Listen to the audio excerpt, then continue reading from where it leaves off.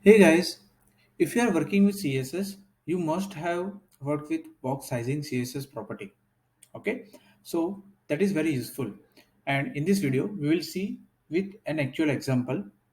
So the box sizing CSS property sets how the total width and height of an element is calculated. Okay, so there are two values possible for box sizing CSS property. The first is content box and second is border box. Okay, so let's start creating some HTML. Let's say we have one div with class parent element.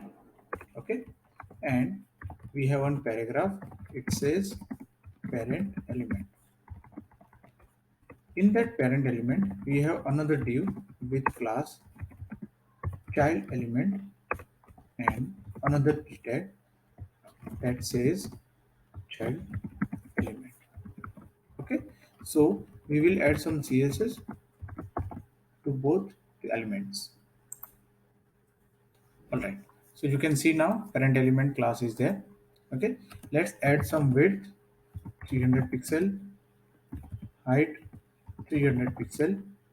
Okay, so you can see border 10 pixel solid yellow. Okay, let's add color white so you can read.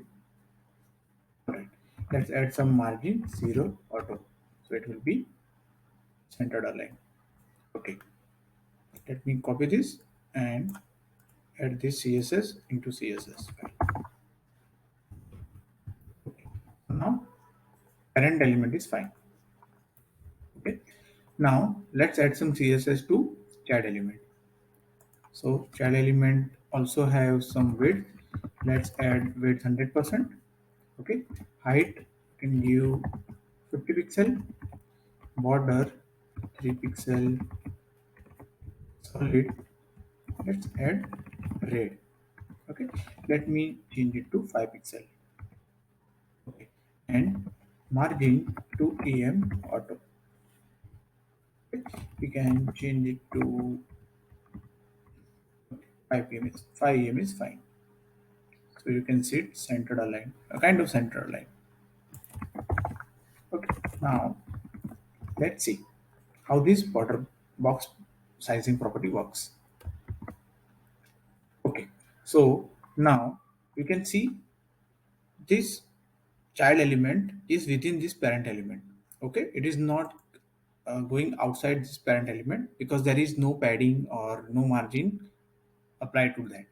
Okay, so right now if you go to parent element and give box sizing content box, and you can see the difference, right? You can see here some kind of padding here. It is overlapping this content box because the default value is border box. So when you give border box to box sizing, it will be within this parent element. Okay, I will explain in detail, but this is just an example. Okay, so this is fine.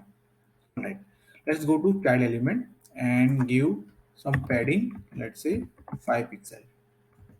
Okay, so now you can see the 5 pixel is added here within this child element.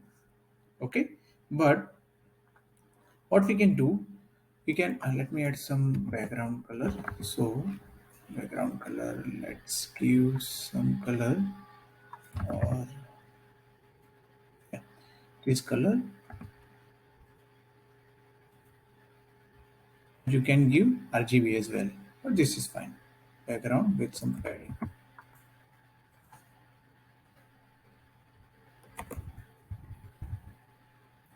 So you can see this child element properly.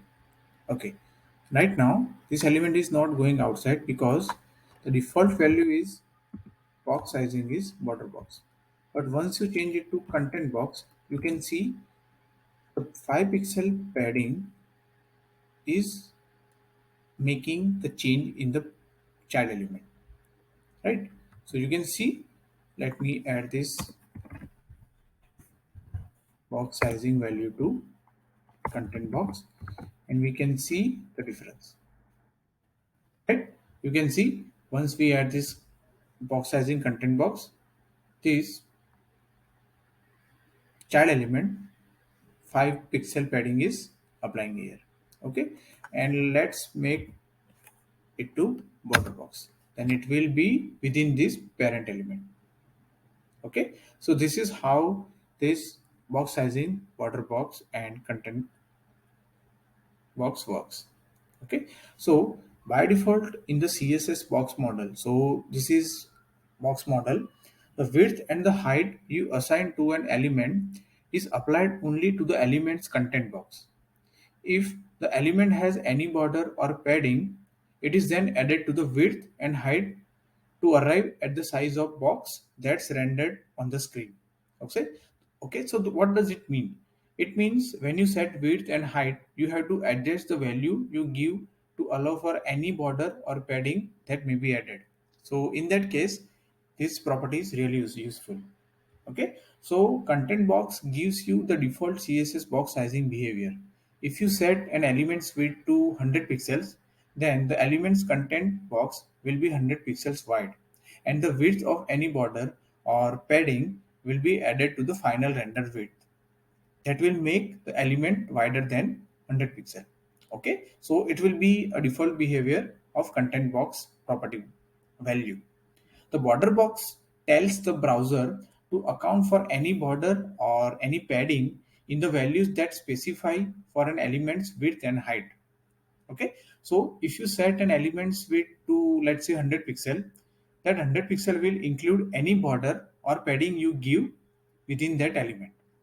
Okay, so the content box will shrink to absorb that extra width, right? So this is sometimes this is very useful to work with border box property, the value box sizing, border box value. Okay, so here you can mention one thing, like whenever you want to accommodate the padding or the border from the parent to child element, you can use box sizing border box. That's easy to understand and remember. Okay, all right, so this was all about box sizing CSS property, guys. If you have any question or any suggestions, you can leave your comments below. If you like this video, please give me a like. And if you are new to my channel, you can have a look. There are few videos on CSS, JavaScript, WordPress, and Node.js as well. And please subscribe to my channel. Thanks for watching. See you next time.